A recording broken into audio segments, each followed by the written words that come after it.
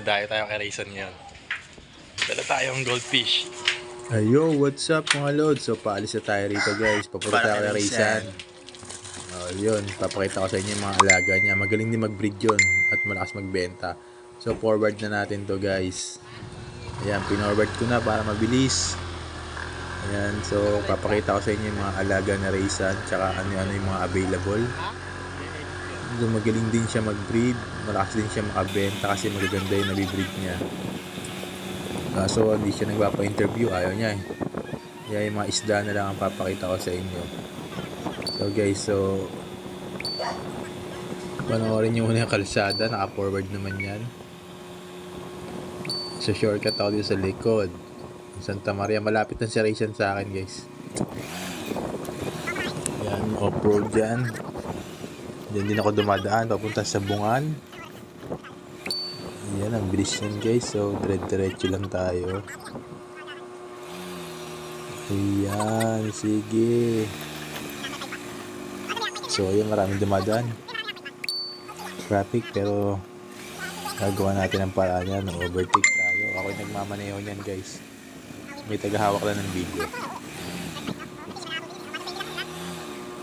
So ayan.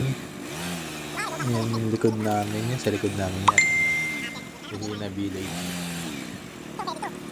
Ayan, so malapit na tayo tumawid sa kabila. So pag tumawid ka dyan guys, ang ano niyan ay San Vicente, Santa Maria. So malapit na sila Rayson doon.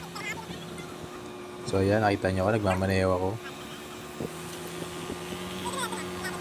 Ayan, diretso lang tayo guys. So may mga private resort din dyan. Diyan kami naliligo. Yun, nakita na ni Moy Moy, yung tropa.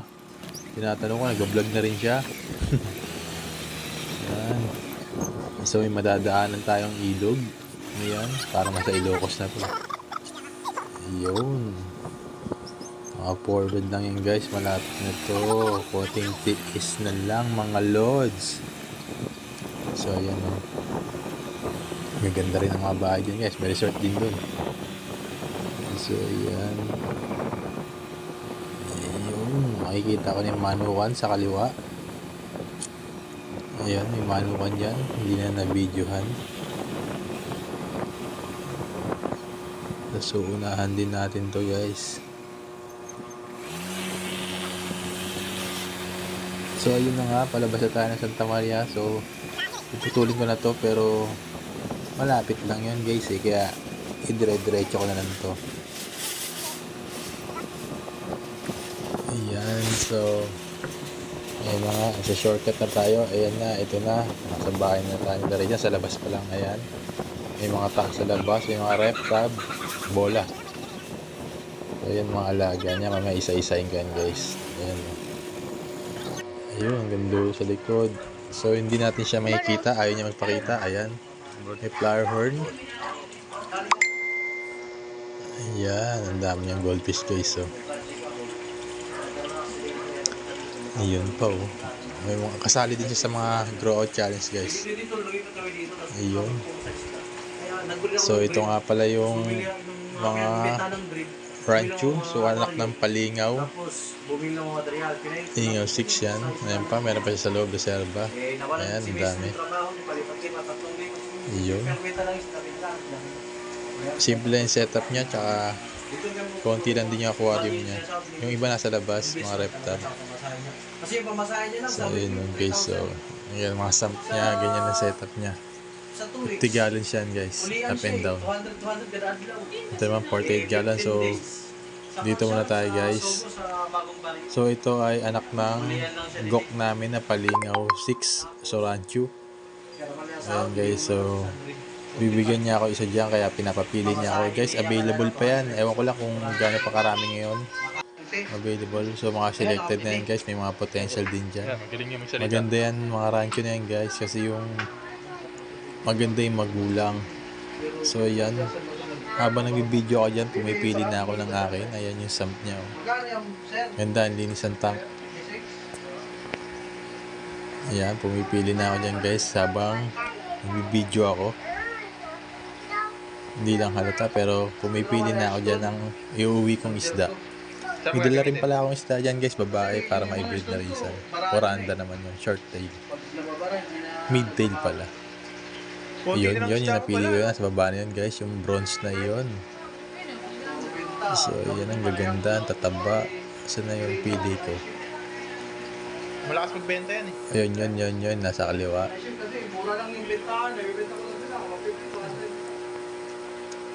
Ayan guys, so papakita ko naman sa inyo yung magulang niyan. So, ito yung nanay. Yung tatay nasa labas. Yung tatay ay red and white. Ito naman ay full red. Sa malapit, meron. Ayan guys, ang laki niyan. Kasama sa gok yan. Yung isa niyan nasa akin, yung isa nasa kanya. Siya nag-groom. Dito lang. Ayan guys, so yun. Halos parang naglalabas nga ng itlog yata. Oh. So yung mga kasama yan. Ano yung Ayan. anal maayos ko? Ayan, yung mga kasama ba din siya, Ranchu. Kaya problema sa kanya. Available lahat yan guys, nagbebenta yan. PM nyo lang siya, si Raysan. Yung Ayan guys, so hybrid din ganda yan doon, ang laki niyan. Kaso medyo kinulang na sa kulay. yung habang lang dyan, yung gis talaga. So ayan yung nanay na kukunin ko. Hindi pa to tapos guys ha. Maganda to, lalo na kung Hindi pa lumapit tapos yan to nito, no? finals nito. Pag gumanon yan. So pakita ko naman sa Yung iyo. sa kanila, laki ng wen, lugi Nasa tayo. 50 gallon yan ng mga isda. Yung sa So ayan. Kay Chacha. Ayan yung dalawa dyan ay kasali sa grow out challenge. Yung malaking gray, malaking bronze at yung maliit na bronze. Yung iba yata isasali niya sa groom your own fish. Yung malaki ay sa wild groomers at yung maliit ay BBS. Kaya na.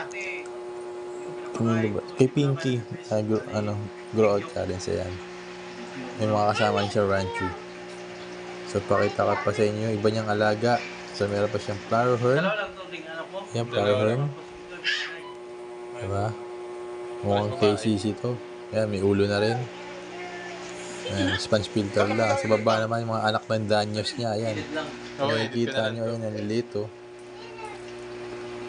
Anak ng danyos yan. Pakita ko sa inyo mamaya yung mga magulang. Ako lang. Yung ano, simple lang ang mag-edit. Nalilate masyado. Pero kumakain ito, pinapakain niya ng Dami, BBS no? yan, guys. Dami rin, eh. Ewan ko kita sa camera. Pero marami. Huwag ka malikot. Ay, ang ganda niyan, guys. Wala kang pre na Pinakita niya yung magulang mamaya, ang ganda. Mga long fin Labas. na parang neon green. Malamig Tapos, kasi, kailangan mo mag-init. ito na naman guys yung tatay nung kukunin ko rancho yung so, ayan, yung red white na yan. Tsaka ang maraming deform, no? tatay, hindi yan yung isa. Nung mga rancho. Ayan, so binigyan niya ako siya. Ito naman yung mga kapatid na mga breeding niya na naiwan niya, mga potential pa yan guys. So, kaso, May fish dyan. kulang lang sa grooming. Kaya medyo maliit. Gagating ka dyan. Polar. Ayan, so malaki din yung tatay ng mga rancho eh. Ngano ka rin? Ayan o. Yung nasa baba niya. Amaw pa rin. Crayfish din. Kita pala ako sa background no. Ayun o. Nag-video. Ayan, ang gaganda guys. Magaganda talaga itong breeding mo. Ito At mga yan puro tayo ay- dorsal. Oranda yun, tinuturo ko. Yung dorsal niya, yung problema. Ang ganda rin yan guys oh. Cold na papasok. Ayan no, ang ganda ng form no. SBSD, short body, short tail yan guys. Maganda yung female. Ito maganda to. Kulang lang sa... Female ba yan? So ito naman, papakita ko nyo yung nasa tab sa labas. Ba't may star? Ayan. May Ay, hindi pa pala nasa tab to. Ito yung mga anak na uli Sa ng Pinares. Ranchu. Ayan, dami na naman bagong pisa. Diyan sa kapatid lang din. Ewan ko nakikita nyo guys. Kasi tatlong... Daming bagong pisa oh. Yung mga rancho nun? Hindi na nga nag-update. Grabe. Patay siguro. Ayan oh. Nung una, di ba, may... Nung una, Anak mga ng ano yun, rancho yan. matanong. Tapos, meron pa siyang anak ng... Sa GC namin sa... Konti na nga lang, eh, meron pa kaya, ano, baka wala na tayo masyado kalaban doon, manalo tayo. Ang dami rin na ito. Ganyan lang guys, walang aerator pero buhay oh. Yung bagong lagay ko dyan, nasa mahigit 200 bagong Diba? tapos may mga 50 plus Simple lang, walang aerator pero buhay yung mga paray. Namatay na mahigit 3,000. Sabi mong ano, Ewan ko nakikita sa camera, ang dami niyan guys oh. Siguro mali ko rin kasi ano, Binibreed niya talaga yung mga goldfish guys. Saka kilala siya sa breeding talaga inabot ko ng mga goldfish. kasi pag pumasok yung Dito lang yan sa San Jose. Bilis naman. May sanusi lang siya guys. Nakarampa naman, sobrang lamig, no? Pakita ko naman sa inyo yung reptab. Buti nga, nabawas-bawasan eh. Ayan, reptab, puro angel fish naman laman nito guys. Medyo okay kasi. Tsaka may yung neon tetra ba yun? Pero inbreed kasi yan eh. Ayun, may neon tetra. may na. Posibilidad na mahina Ayan, angel fish oh. Dati rin siya nagbibreed ng mga angel fish kaya marami pa siyang naiwan.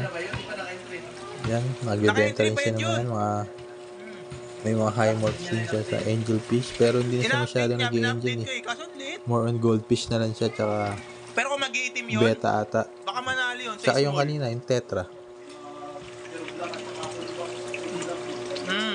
Ayun guys, Ganda oh. ng pinage no eh, tsaka maganda yung apache. Ang dami pa Pag niyan. tinan mo, pag papasok Binibenta niya yun guys kung gusto niyo bumili. So meron pa na naman dito Hindi rin ano, masyado. anak ng Ang kulat Oranda. eh. Bilog na bilog eh. Maganda Yun. yung breeding mo na yun, no? Itlog na naman Kasi yun yung mga guys. Oh. magulang na yun namatay. So malapit na mapisa. May mga pisa na iba yun. Hindi lang masyado makita sa camera, parang dumi lang. Bumili ako doon kay Highland. Ayan Sa guys, palingaw. mga loads. Ang dami niyang breeding talaga. Ganyan. Sa labas lang. Hatch na rin eh. Pusang nabubuhay. Ayun no. Kung kita nyo guys, ang dami niyan. Mga itlog na may itim na. So usually mata yung nakikita eh. Paso lang. So malapit na mag-hatch talaga. Hindi, tsaka Yan guys. ito crayfish. Mga loads, panoorin nyo lang. Tapos syempre, marami siyang goldfish, marami din siyang mga fry. So tanongin or tingnan natin kung anong kinakain ng mga goldfish niya. So Mahirap maluto yung ayan, mahilig din siya sa tubi. Parang ako. May strain yan Live din yun. feeding din ang trip nito. Talaga yung ARC kasi. Ayan no. Hindi ka mangina yung... Ang dami yan tubipex worms. Ano na? Linis na din. Ayun, tubifix ko. Mahina. May aerator, yung aerator kinaya ng tubi. Ayun, kaya hindi makabuga na masyado. Tapos meron din siya ibang alaga na ayan. Polar parrot ba tawag dito? Yan, alaga niya na rin yan. Binibreed niya rin yan. Ang gaganda rin yun. Puti. Mahilig magkasama sa akin yan mga yan eh. Tapos guys, yung kaninang tinuro ko, yung mga anak ng Danyos. Nabibreed mo to? Ito naman yung magulang nun guys. Ayan. Polar. Diba? Lalo na guys, kung may maganda kayong ilaw, tapos gabi, kumikinang to. Yun o, neon. Maganda yan guys. Mga loads. Mga long pin. Yan, nabibreed niya yan. Ang lilit nga ng pare masyado eh. So, yun guys. So, hanggang dito na lang. Tatapusin ko na itong video. Yun, maraming salamat sa panonood mga lo. So ito nga guys yung FB ni Rizan kung gusto niyo mag-inquire about sa mga goldfish niyang binibenta. Ayan guys, PM niya na siya, napakabait niyan. Ayun lang guys, so maraming salamat sa panonood. Bye bye.